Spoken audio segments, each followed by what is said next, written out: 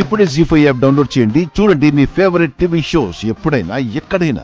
అమ్మా, ఏమైంది నాన్న? రాజేశ్వరి విలాస్ని మళ్ళీ ఈశ్వర్కి ఇచ్చేసావా?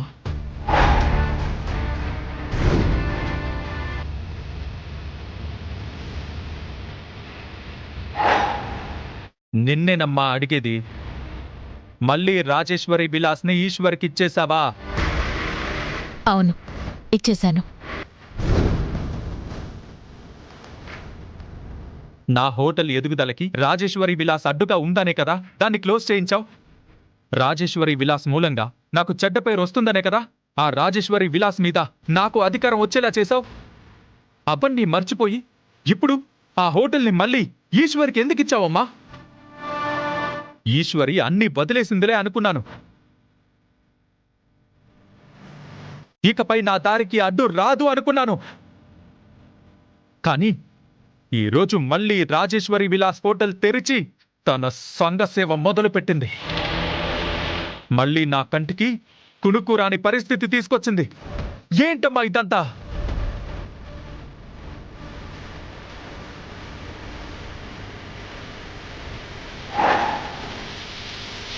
ఏం చేసినా నీ సంతోషం కోసమే చేశాను నాన్న. నా సంతోషం కోసమా?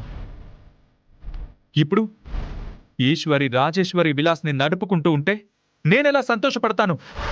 మళ్ళీ నా హోటల్ భవిష్యత్తుని రాజేశ్వరి విలాస్ నిర్ణయిస్తూ ఉంటే నేనెలా ఆనందంగా ఉంటాను? ఆ రోజు నువ్వు ఈశ్వరి ముందు ఓడిపోకూడదు. మీ ఇద్దరి మధ్య అనవసరమైన విభేదాలు రాకూడదు. అందుకనే ఈశ్వరి దగ్గర్నుంచి రాజేశ్వరి విలాస్ తీసుకున్నాను.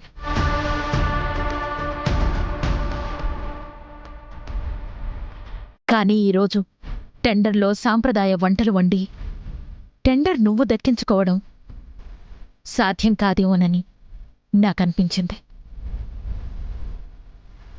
నువ్వు ఓడిపోతావని నాకు భయమేసింది నాన్న. దేశంలోనే ఎంతో పేరు మోసిన రుద్ర నీలకంఠ ఒక చిన్న గవర్నమెంట్ టెండర్ దక్కించుకోలేకపోతే ఆ అవమానాన్ని భరించలేవనిపించింది నాన్న. అందుకే రాజేశ్వరి విలాస్ని ఈశ్వరికి ఇచ్చేయాల్సొచ్చింది నాన్న.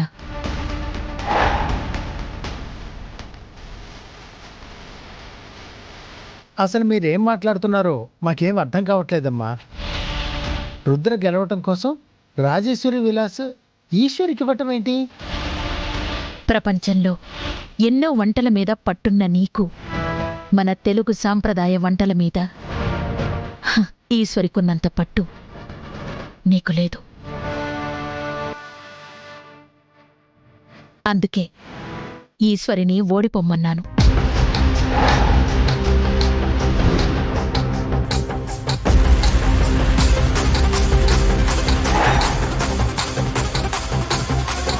జీ5 యాప్ డౌన్లోడ్ చేసి అన్ని ఎపిసోడ్స్ పూర్తి ఉచితంగా చూడండి.